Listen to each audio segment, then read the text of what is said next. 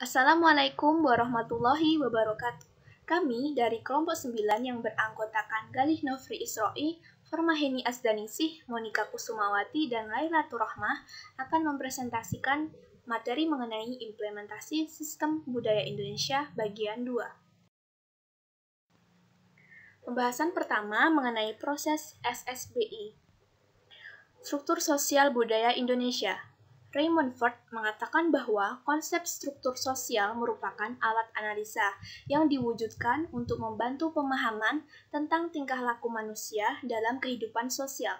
Dasar yang penting adalah relasi-relasi sosial yang sangat jelas dalam menentukan tingkah laku manusia, yang jika relasi sosial itu tidak dilakukan, maka masyarakat tidak terwujud lagi. Struktur sosial juga dapat ditinjau dari segi status, peranan, nilai-nilai, norma, dan institusi sosial dalam suatu relasi. Mengenai nilai dalam hal tersebut adalah pembentukan mentalitas yang dirumuskan dari tingkah laku manusia sehingga menjadi sejumlah anggapan yang hakiki, baik, dan perlu dihargai. Menurut Max Weber, sistem nilai merupakan dasar pengesahan atau legitimasi daripada struktur kekuasaan atau authority suatu masyarakat. Jika mengikuti pendapat oleh Raymond Ford dan Max Weber, maka sistem nilai harus diwujudkan dan diselenggarakan dalam kehidupan bermasyarakat, berbangsa, dan bernegara yang ditemukan di dalam proses pertumbuhan Pancasila sebagai ideologi negara Indonesia.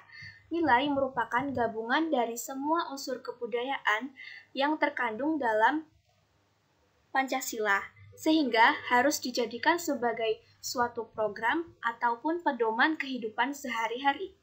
Dengan demikian, struktur sistem sosial budaya Indonesia dapat merujuk pada nilai-nilai yang terkandung dalam Pancasila. Proses SSBI. Bentuk struktural masyarakat disebut juga dengan struktur sosial yang bersifat statis. Dinamika masyarakat disebut juga dengan proses dan perubahan sosial. Proses tersebut meliputi yang pertama, terjadinya komunikasi antar masyarakat. Setelah itu, maka masyarakat akan saling mengetahui nilai sosial dan budaya masing-masing. Setelah itu, maka masyarakat akan mulai membina hubungan antara perorangan maupun juga berkelompok. Berdasarkan hal tersebut, maka yang disebut dengan proses sosial adalah pengaruh timbal balik antara berbagai segi kehidupan bersama. Proses sistem sosial budaya Indonesia selalu berkaitan dengan pembangunan nasional, di mana ia berlangsung beriringan dengan pembangunan nasional. Bahkan, kadang bisa mendahului pembangunan nasional agar masyarakat dapat menerima pembaharuan sebagai hasil pembangunan nasional. Setelah menyiapkan masyarakat agar mampu menerima pembangunan, maka kemudian menyiapkan agar manusia dan masyarakat dapat berperan serta dalam proses pembangunan nasional tersebut.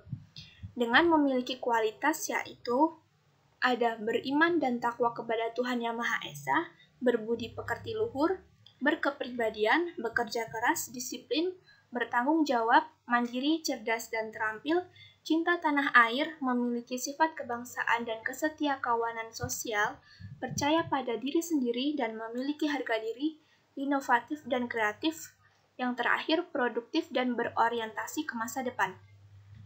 Berdasarkan hal tersebut, maka apabila pembangunan nasional yang selalu beriringan dengan proses sistem sosial budaya Indonesia, maka jika manusia atau masyarakat tersebut ikut serta dalam pembangunan nasional, maka mereka juga ikut berperan serta dalam proses sistem sosial budaya yang ada di Indonesia.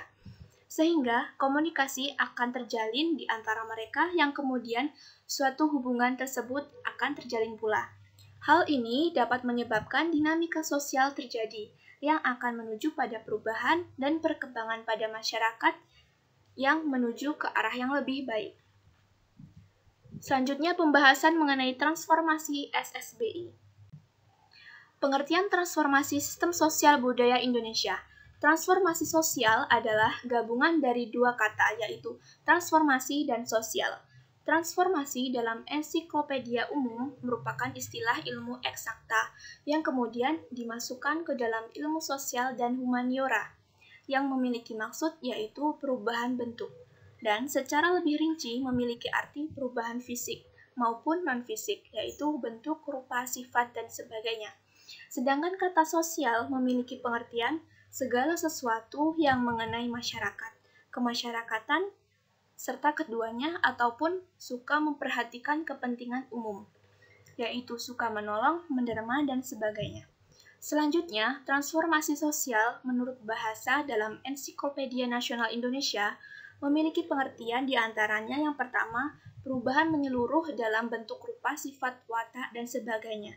Yang kedua adalah dalam hubungan timbal balik sebagai individu-individu maupun kelompok-kelompok.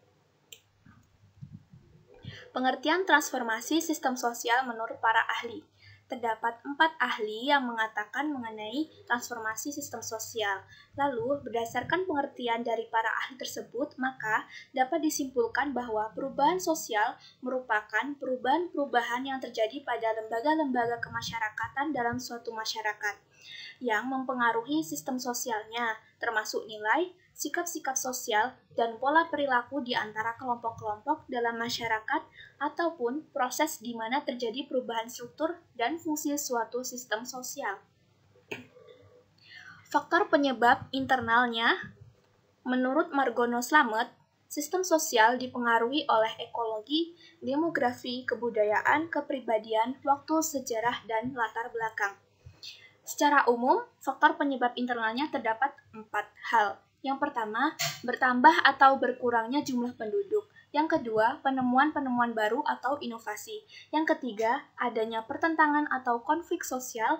Yang keempat, terjadinya pemberontakan atau revolusi. Selanjutnya, faktor penyebab eksternal ada 3. Yang pertama, adanya bencana alam atau kerusakan fisik. Yang kedua, akibat dari peperangan. Yang ketiga, masuknya pengaruh kebudayaan lain. Pembagian transformasi sosial menurut waktu dan prosesnya. Yang pertama adalah invensi, yaitu proses di mana ide-ide baru diciptakan dan dikembangkan. Yang kedua, difusi, yaitu proses di mana ide-ide baru itu dikomunikasikan ke dalam sistem sosial. Yang ketiga adalah konsekuensi, yaitu perubahan-perubahan yang terjadi dalam sistem sosial sebagai akibat dari pengadopsian atau penolakan inovasi. Perubahan terjadi jika penggunaan atau penolakan ide baru itu memiliki akibat tertentu. Selanjutnya, contoh transformasi sosial dalam masyarakat Indonesia. Contohnya yaitu, dahulu orang berladang dengan cara yang masih sangat sederhana, seperti bercocok tanam menggunakan tongkat kayu untuk menggali, kemudian berkembang dengan menggunakan cangkul, kemudian berkembang lagi dengan menggunakan traktor, dan seterusnya. Dulu, faktor waktu tidak dianggap penting, namun sekarang faktor waktu, tingkat kualitas, dan biaya produksi menjadi sangat penting untuk diperhitungkan. Selanjutnya, pembahasan mengenai mentalisasi yang sesuai dengan masyarakat. Mentalisasi yang sesuai dengan masyarakat menurut Kunjaraningrat terdapat 2 jenis, yaitu yang pertama, mentalitas yang cocok dengan jiwa pembangunan, yang kedua, mentalitas yang tidak cocok dengan jiwa pembangunan. Yang pertama, mentalitas yang cocok dengan jiwa pembangunan terdiri dari tidak berspekulasi tentang hakikat kehidupan, karya, dan hasil karya manusia. Selanjutnya, menghargai waktu, tidak merasa tunduk pada alam, yang terakhir memiliki rasa kehidupan bersama. Selanjutnya, mentalitas yang tidak cocok dengan jiwa pembangunan terdiri dari tidak bersumber kepada suatu nilai yang berorientasi terhadap hasil karya manusia itu sendiri. Selanjutnya, masih terdapat rasa sentimen yang agak berlebihan terhadap benda-benda pusaka nenek moyang, mitologi, dan banyak hal mengenai masa lampau. Selanjutnya, berspekulasi tentang masalah hubungan antar manusia dengan alam, serta terlalu menggantungkan diri pada nasib ataupun klinik. Selanjutnya, mentalitas yang orientasinya mengarah pada orang yang berpangkat tinggi, senior, dan orang-orang tua. Yang terakhir, sifat-sifat kelemahan yang bersumber pada kehidupan, keraguan-raguan, dan hidup tanpa orientasi yang tegas, seperti yang meremehkan mutu, suka mengambil jalan pintas, kurang percaya diri, tidak berdisiplin murni, serta mentalitas yang suka mengabaikan tanggung jawab yang kokoh. Selanjutnya terdapat 3 tata dalam transformasi sosial, yaitu ada tata nilai, tata sosial, dan tata laku. Selanjutnya, tata nilai. Struktur tata nilai kehidupan pribadi atau keluarga, masyarakat, bangsa, dan negara meliputi nilai agama atau kepercayaan, nilai kebenaran, nilai moral kebaikan, nilai vital, dan nilai material. Selanjutnya, tata sosial. Negara Kesatuan Republik Indonesia adalah negara hukum, di mana tata hukum Indonesia mengenai hukum tertulis dan tidak tertulis berdasarkan pada Undang-Undang Dasar 1945, Peraturan Perundang-undangan, serta budi pekerti yang luhur dan cita-cita moral rakyat yang luhur.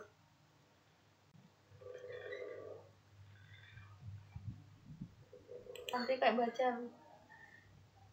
Selanjutnya, tata laku atau karya. Dalam bergotong royong, prasaja, musyawarah untuk mufakat, kesatria, dan hidup dinamis dalam mewujudkan persatuan dan kesatuan serta keadilan sosial bagi seluruh rakyat Indonesia, maka masyarakat harus berpedoman pada norma-norma atau kepercayaan terhadap Tuhan Yang Maha Esa, norma kesusilaan atau kesopanan, norma adat istiadat, norma hukum setempat, dan norma hukum negara. Selanjutnya, cara mengubah mentalitas yang lemah. Yang pertama adalah dengan memberi contoh yang baik.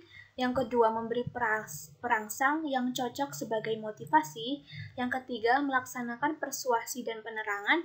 Yang keempat, menanamkan suatu mentalitas pembangunan yang baru.